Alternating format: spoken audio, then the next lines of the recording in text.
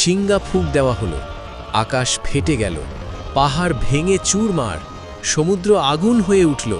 পৃথিবী, যেটাকে তুমি এত ভালোবাসো, এক মুহূর্তে ধ্বংস হয়ে গেল। সব শেষ হয়ে যাচ্ছে। সময় শেষ, বিচারের দিন এসে গেছে। যদি আজই কিয়ামত শুরু হয়, তুমি কি প্রস্তুত? ভাবো তো, আজ রাত তোমার জীবনের শেষ রাত।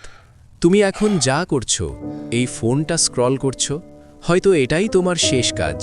কারণ যদি আজই কিয়ামত শুরু হয়ে যায়, তুমি কি প্রস্তুত? এটা কি হচ্ছে? আকাশ থেকে বের হয়ে একবার নিজের হৃদয়ে হাত রেখে বলো, তুমি কি সত্যিই প্রস্তুত?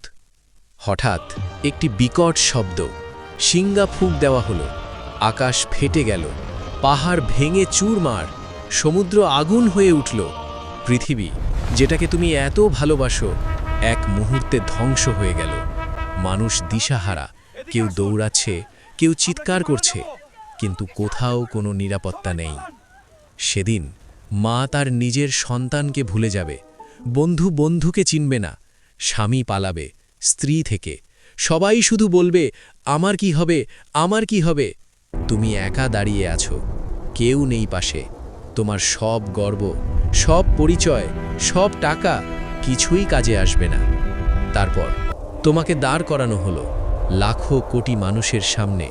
তোমার আমলনামা তোমার হাতে তুলে দেওয়া হলো। যদি ডান হাতে পাও, তুমি হাসবে, আর যদি বাম হাতে পাও, তুমি চিৎকার করবে, হায় যদি আমি এই দিনটা না দেখতাম।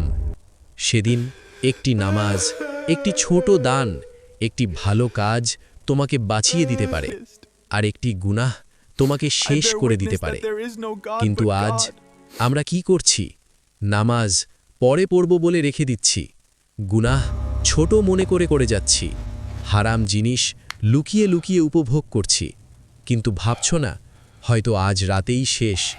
তুমি কি প্রস্তুত তোমার রবের সামনে দাঁড়ানোর জন্য? এখনো সময় আছে, এখনো দরজা খোলা। একটি তওবা, একটি সত্যিকারের কান্না তোমার সব কিছু বদলে দিতে পারে।